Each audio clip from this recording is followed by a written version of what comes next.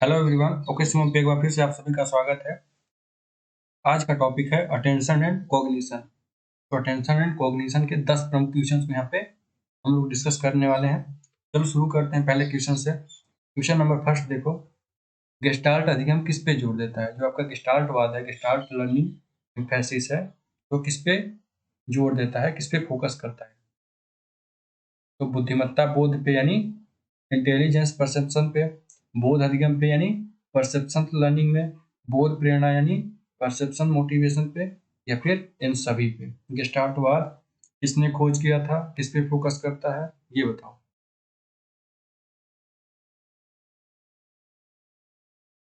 पहले का आंसर यहाँ पे क्या हो जाएगा?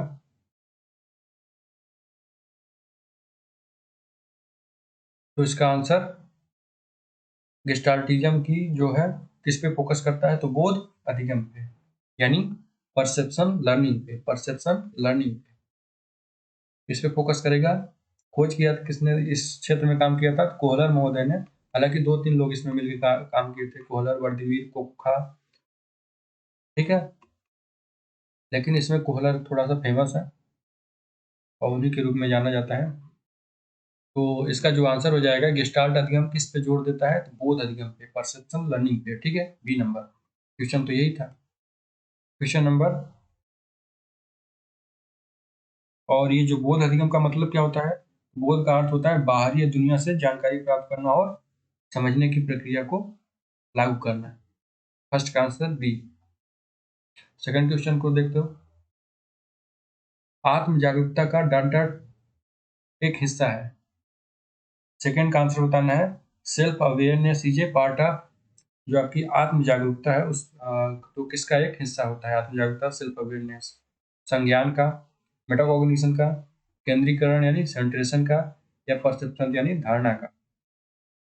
बताओ, जो आपकी सेल्फ अवेयरनेस होती है वह किसका एक हिस्सा होती है?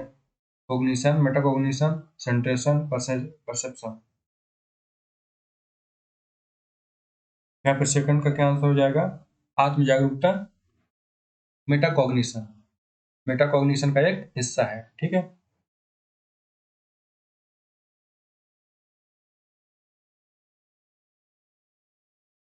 मेटाकॉग्निशन का एक हिस्सा होता है।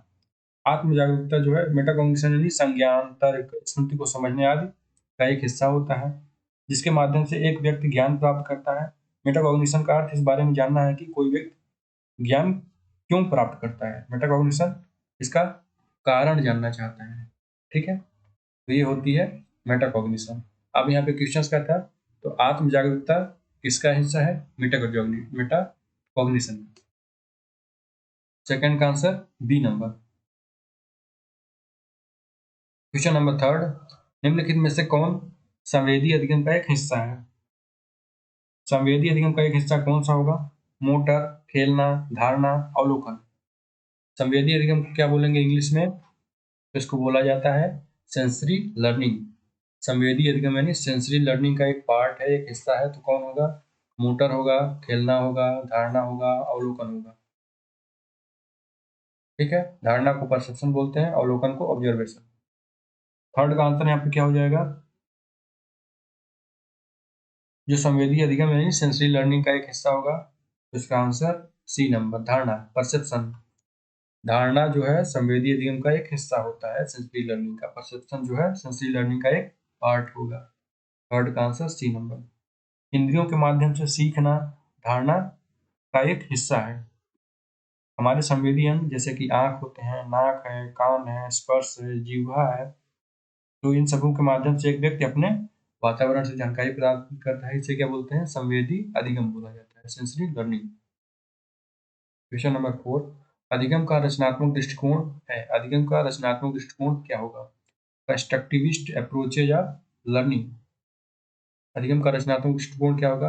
पर्यावरण यानी इन्वायरमेंट, अनुभूति यानी फीलिंग, शिक्षण अधिगम यानी टीचिंग लर्निंग, या फिर सुविधा के रूप में, फैसिलिटेटर के रूप में? अधिगम का रचनात्मक दृष्टिकोण बताना है constructivist approaches of learning. Four का आंसर यहाँ पे क्या हो जाएगा? तो देखो, अधिगम का जो रचनात्मक दृष्टिकोण होता है वह शिक्षण अधिगम यानी टीचिंग लर्निंग। Teaching learning. 4 का आंसर सी हो जाएगा। करने के माध्यम से सीखना अथवा ज्ञान व्यक्तिगत निर्माण का हिस्सा है। जब एक व्यक्ति अपनी स्वयं की मानसिक प्रक्रिया और भाग के बारे में सीखता है तो वह अनुभव यह मायने रखता है कि उसने क्या सीखा। अधिगम का रचनात्मक दृष्टिकोण टीचिंग लर्निंग शिक्षण अधिगम। आंसर 4 का सी। क्वेश्चन नंबर 5, इसमें एक ऑप्शन गायब है, मैं लिख देता हूँ पहले ही, फिर क्वेश्चन पढ़ते हैं। डी नंबर क्या होगा इसका? संतुलन।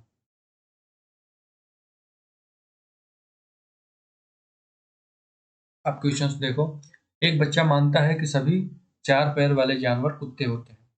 एक बच्चा के मन में धारणा है कि सभी जिनके भी 4 पैर होते हैं वह कुत्ते होते हैं, जैसे कुत्तों में 4 पैर होते हैं। फिर बच्चा गिलहरी, नेवला, चूहा को देखता है और इन जानवरों को भी कुत्ते की तरह समझता है। तो बच्चे के माता पिता बच्चे के ज्ञान को सही करते हैं और पशुओं के सही नाम के बारे में बताते हैं। तो बच्चे का यह चरण होगा। बेसिकली ये है कि जब बच्चा छोटा होता है तो उसमें ऑब्जेक्ट परमानेंस नहीं होता है। तो उस समय क्या होता है कि किसी एक चीज को देख लेता है तो उसको याद कर लेता है, फिर उसी के अनुसार उन दूसरों को भी जानने सोचने की समझने की कोशिश करता है। जैसे कि 4 पैर है कुत्ता होगा, 4 पैर चूहे में भी होता है, 4 पैर नेमले में भी होता है, गिलहरी में भी होता है। हो सकता है उनको भी कुत्ता ही समझ रहा है। तो उनके माता पिता को इस सब को सही करने के लिए किस चरण किस चरण का उपयोग करना होगा। तो ऑप्शंस देख लेते हैं।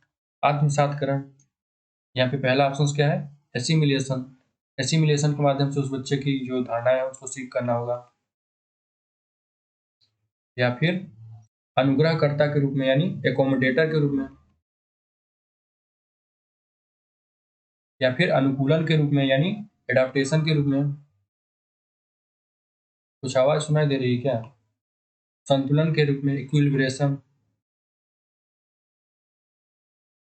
तो यहाँ पे बताना है कि पशुओं के सही के नाम के बारे में जो उसके पेरेंट्स हैं तो किस विधि के द्वारा, किस मेथड के द्वारा, किसके द्वारा वह उस बच्चे की जो धारणा है उसको सही करेंगे।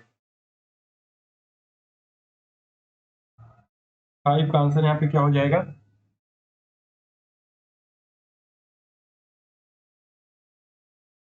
तो इसका आंसर सोच लिया, ए नंबर, आत्मसातकरण यानी एसिमिलेशन। एसिमिलेशन में क्या होता है? पहले से मौजूद या पूर्ववत ज्ञान को संशोधित करके बदला जाता है, नया ज्ञान को उसमें जोड़ा जाता है, तो उसे क्या बोलते हैं? एसिमिलेशन यानी आत्मसातकरण। पहले से मौजूद या पूर्ववत ज्ञान को संशोधित न करना या न बदलना है और नया ज्ञान प्राप्त करना या जोड़ना आत्मसातकरण होता है।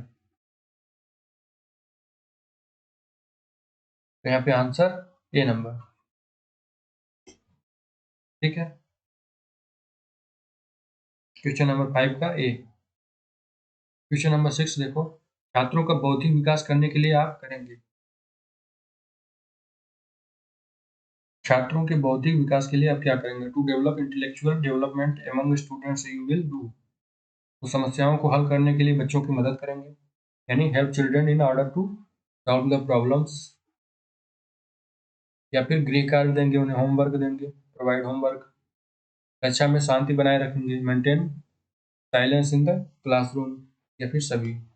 छात्रों का बौद्धिक विकास करने के लिए आप क्या करेंगे? Intellectual development among students. तो इसका आंसर समस्याओं को हल करने के लिए बच्चों की मदद करना चाहिए। तो उससे क्या होगा कि जो बच्चों में इंटेलेक्चुअल डेवलपमेंट होगा और प्रोत्साहित होंगे किसी भी प्रॉब्लम्स को आसानी से सॉल्व करने के रूप में। 6 का answer A number. Question number 7, पियाजे को किसकी धारणा के लिए जाना जाता है? जीन पियाजे महोदय को किस प्रकार की धारणा के लिए, किस प्रकार के परसेप्शन के लिए जाना जाता है? कौन से कॉन्सेप्ट को उन्होंने दिया था? भावनात्मक विकास के रूप में, शारीरिक विकास का कॉन्सेप्ट दिया है, सामाजिक विकास का, या फिर मानसिक विकास का? तो ये तो हर दिल अजीज है, सबको भी जानता होगा क्योंकि इनकी थ्योरी मोस्ट इंपोर्टेंट क्वेश्चंस में रहती है।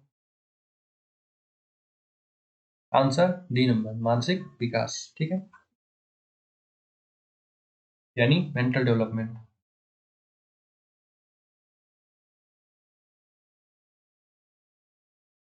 ठीक है, 7 का आंसर डी। क्वेश्चन नंबर 8, पियाजे के अनुसार निम्नलिखित में से कौन सा चरण मानसिक विकास से संबंधित है? जिन पियाजे के अनुसार कौन सा चरण मानसिक विकास से संबंधित है? संवेदी मोटर चरण, जिसे आप सेंसरी मोटर स्टेज बोलते हो, या फिर पूर्व परिचालन चरण यानी प्री ऑपरेशनल स्टेज, ठोस परिचालन चरण यानी कॉन्क्रीट ऑपरेशनल स्टेज, या फिर ये सभी में मानसिक चरण और ये सभी चरण जो है मानसिक विकास से संबंधित है। 8 का आंसर बताना है।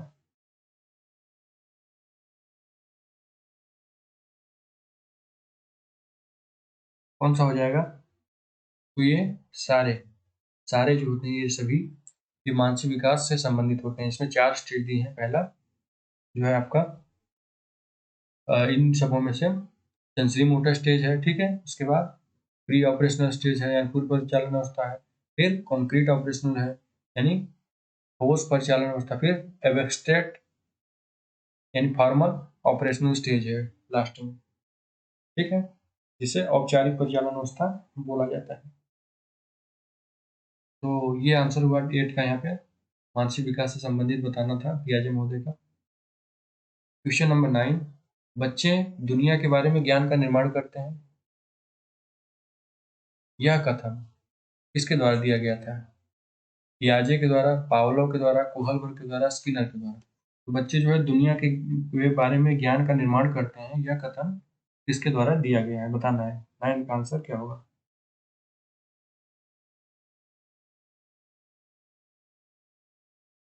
क्या हो जाएगा इसका आंसर? जो बच्चे दुनिया के बारे में ज्ञान का निर्माण करते हैं, उसका आंसर पियाजे पियाजे के द्वारा दिया गया था, जीन पियाजे महोदय के द्वारा। बच्चे चीजों को जानने और अपने ज्ञान को बढ़ाने के लिए भौतिक दुनिया का अन्वेषण करते हैं, खोज करते हैं, ये बातें लिए कहते हैं पियाजे महोदय, ठीक है। क्वेश्चन नंबर 10 देखो, जब कोई बच्चा वस्तुओं या चीजों के बारे में सोचना शुरू करता है तो वह चरण कौन सी होगी?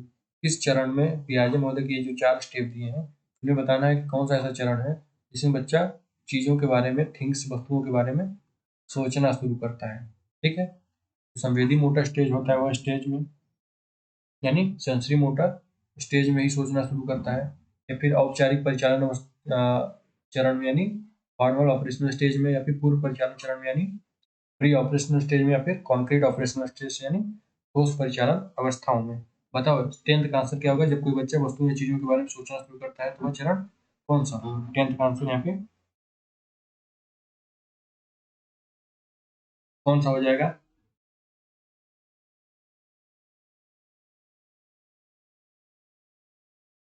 तो इसका आंसर डी नंबर, ठोस परिचालन अवस्था यानी कंक्रीट ऑपरेशनल स्टेज। इस स्टेज में बच्चा जो है चीजों के बारे में सोचना, देखना शुरू कर देता है। तो ठीक है, ये आपका अटेंशन कॉग्निशन के 10 क्वेश्चन को कंप्लीट किए हैं। और अगर आप लोग चैनल पर नए हैं तो सब्सक्राइब कर लीजिएगा, और ये भी बता सकते हो कितने मार्क्स के सही हुए हैं ईमानदारी के साथ। और अगले वीडियो में हम लोग कुछ और टॉपिक को कंप्लीट करेंगे। इसको यहीं पे समाप्त करते हैं। वीडियो को लाइक शेयर करना मत भूलना।